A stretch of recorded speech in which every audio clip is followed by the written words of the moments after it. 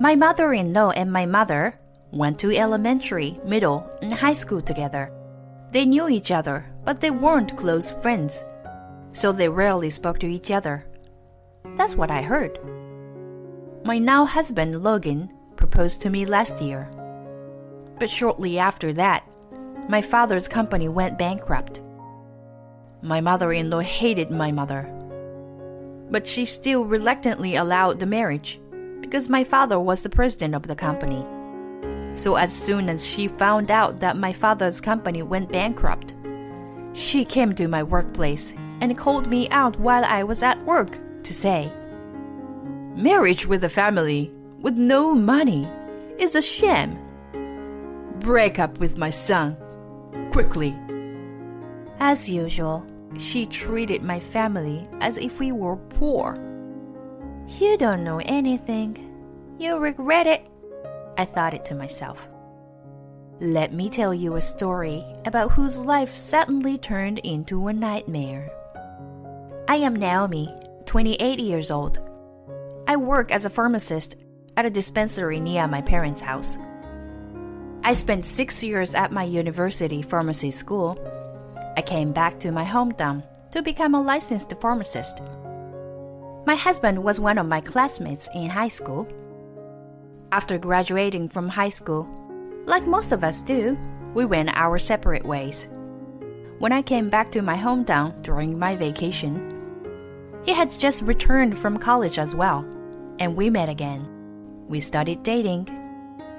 I had heard that my mother-in-law went to school with my mother, but I never had the chance to meet her. So I didn't think anything of it, but she wasn't the same.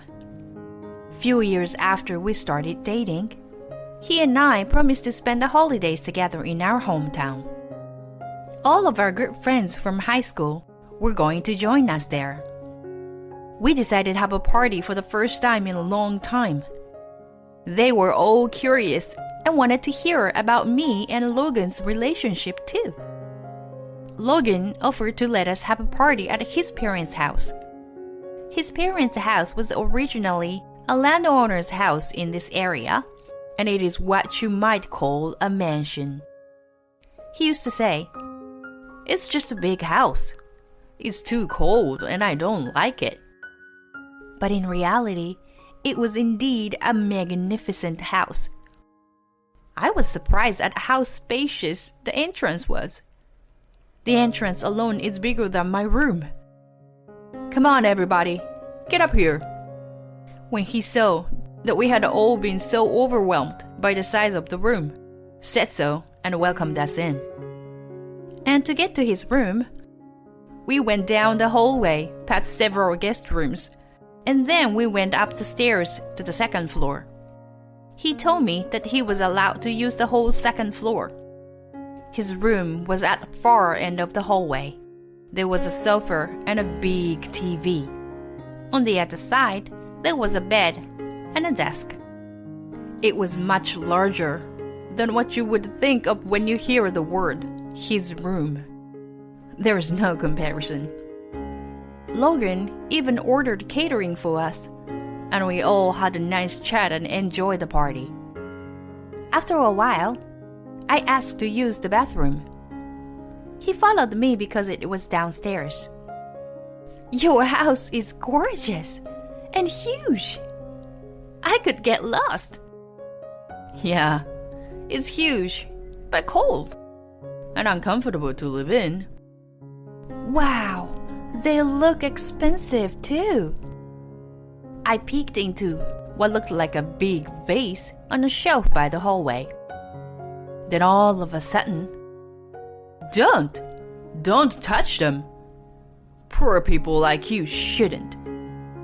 I was surprised to hear her loud voice, and it was my mother-in-law. "If a poor person touches it and breaks it, you can't pay for it, can you?" "Well, I didn't break anything." "Mom, she was just looking at it. What's wrong with you?" "There's nothing wrong with me. I'm saying this for the poor girl." She is tall, slender, and beautiful, but she had a wrinkle between her eyebrows and she looks very scary. What do you mean poor? Naomi is not poor. So, she's Watson's daughter after all. My mother-in-law said so, with a horrified look on her face. She looks poor. If she steals anything from our house, we won't approve of it. What are you talking about? Naomi would never do such a thing. With that, my mother-in-law went back down the hall. It seemed that my mother-in-law did not like my mother. After the party, I went back to my parents' house and asked my mother about my mother-in-law. She told me a story that I never expected to hear. My grandmother, my mother's father, had failed in business before she was enough to go to school. He had come here from New York to escape with his family after his business failed. Grandpa worked as a delivery man for a liquor store. He managed to support the family by working there for years. So as a child, when my mother tore shoes, she couldn't even ask her parents to buy her a new pair. But Grandpa worked hard and was able to run his own liquor store. That was Watson's Liquor, which my father has now taken over. My mother-in-law was the one who bullied my mother for her poverty. It smells bad in here, doesn't it? Oh, that's the smell of poverty. Stay away from me. I'll get sick.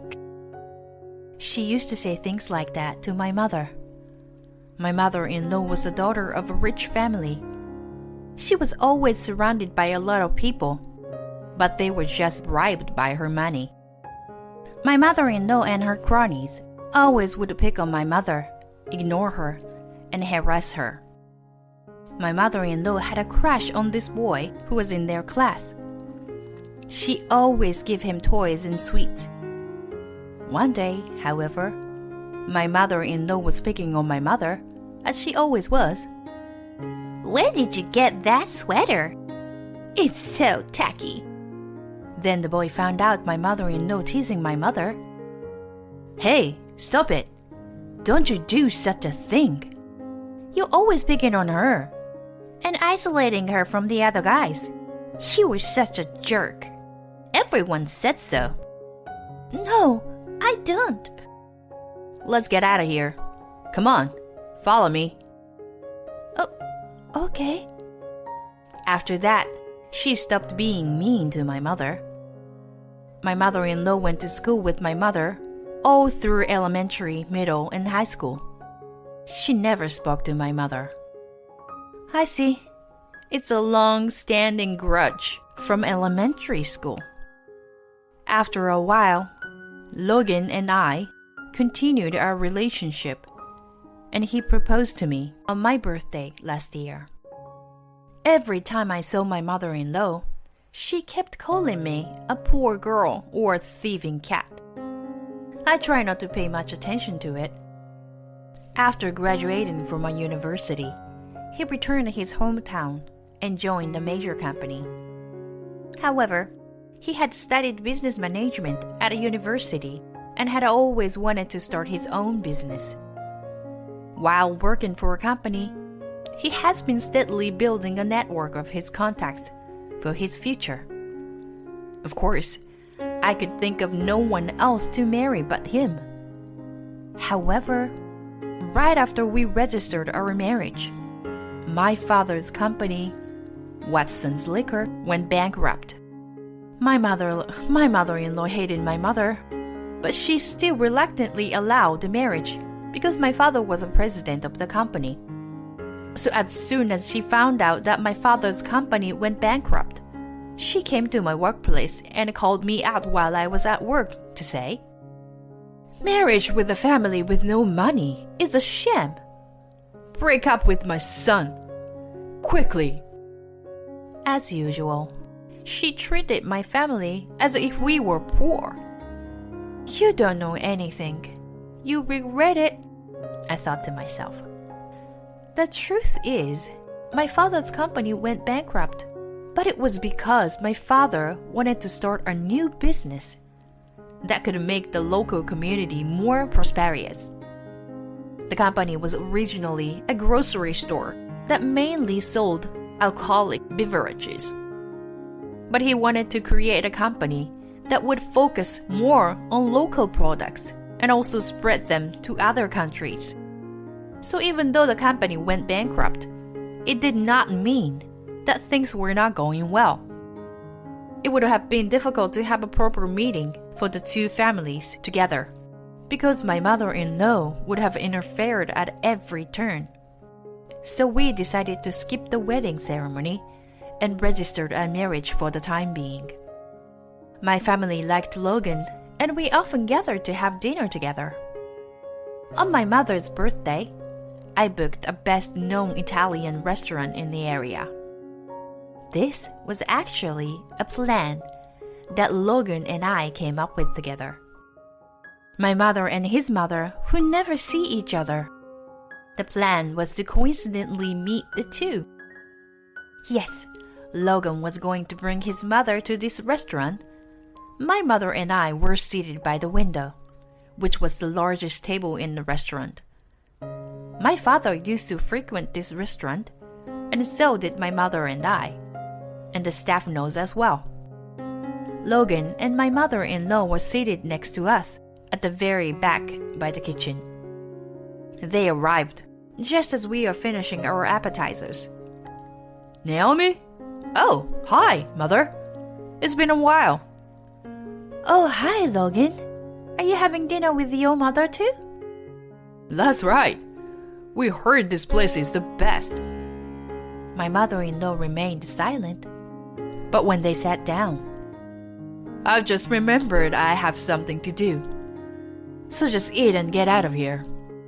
Please order the dishes that can be served the soonest. And as it was, I was having trouble making a connection to talk with her. Naomi, is this kind of a plan? Isn't it? What should I do?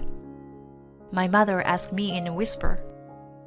My mother-in-law hates us and still treats us like a poor people. So I thought it would be a good opportunity for us to talk and get to know each other. I told my mom the reason in a whisper. She said, Okay, let me handle it, and walked over to Logan and my mother-in-law's table.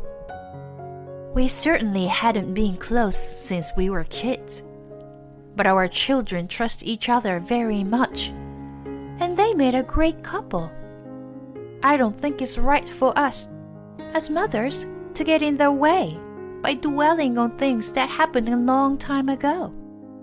Why don't we try to be friends again? Dwell on the past?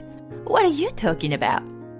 I'm selective about who I talk to or make friends with. My friends are all decent people, including the wife of the president of the great Johns Hopkins Hospital and the wife of a lawyer. I don't want poor people like you. It was a long time ago that I was poor. Now I can live a normal life. I'm saying I don't feel the need to deal with people who are normal. My mother did her best. It didn't change my mother-in-law's mind or her attitude. As for the wife of the director of Johns Hopkins Hospital, my mother-in-law bragged about, Dr. Hopkins had invested in my father's new company. My father and Dr. Hopkins were classmates at the top school around here. They were best friends and still go out for drinks together. My father's other best friend, Mr. Moore, is also a friend at the same school. He is the president of a big electronics franchise store. The three of them often go golfing together. Moreover, Logan's father works for Mr. Moore's company. My mother-in-law does not know this. One day, my mother-in-law and her friends had lunch at the hotel.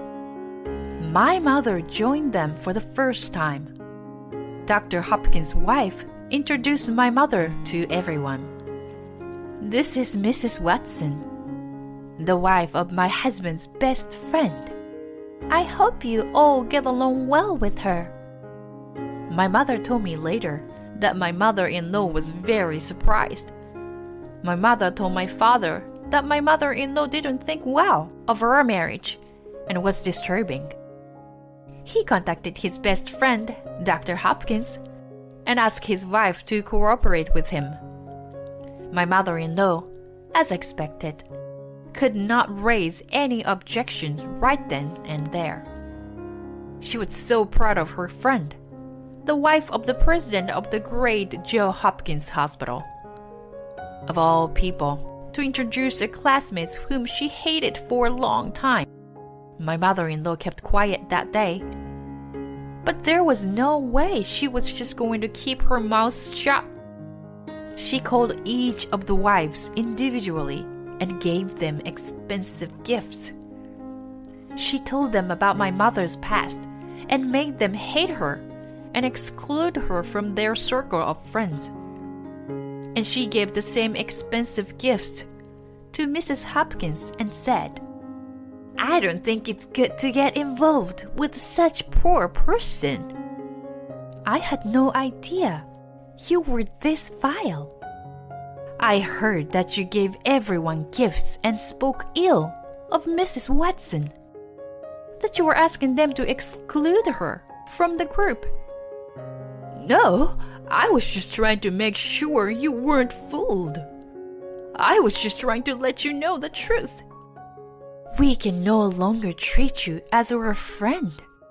I will not be calling on you again. I'm sorry, but I have to say goodbye.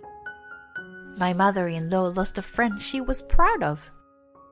One day, Mr. Moore invited Logan's father to play golf with him. He also invited his best friends, my father and Dr. Hopkins. And the four of them went golfing together, and they all have a great time like high school students. Well, this was really fun. I'd love it if you would invite me again. Of course we will. Right, Doug? Sure, and I have a great time as well. I'm thinking of going overseas to play golf next time. Wanna come? Yes, I'd love to join you. Logan's father went home that day in a very good mood. He is usually a quiet person, but that day he couldn't help but tell his wife how happy he was. They were such nice, cool people, and it was so much fun. Huh? So what? I don't have time to listen to your happy stories. All she could think about was how she was going to lose her friend and the huge debt she had spent on gifts. You are always in a bad mood, and you are a disgusting woman. You make me feel bad when I'm with you. I've reached the end of my rope, and I'm getting a divorce. Divorce? What nonsense! You are divorcing me? Don't be silly. You are alone. You have no one. What would you do without me? I've got friends. Stop disrespecting me. I've had enough. You serious? No way! And my mother-in-law got divorced and kicked out of the house. Her rich friends, of whom she was so proud, cut her off. All that was left were the debts she spent on gifts. She had secretly borrowed the money on her own. Logan and I continued to enjoy our newlywed life as husband and wife. We bought a house together. He told me that he wanted a house that was moderately spacious and warm. Now my parents and Logan's father are visiting us in our new house. This house will surely be a place where the family will make many memories together.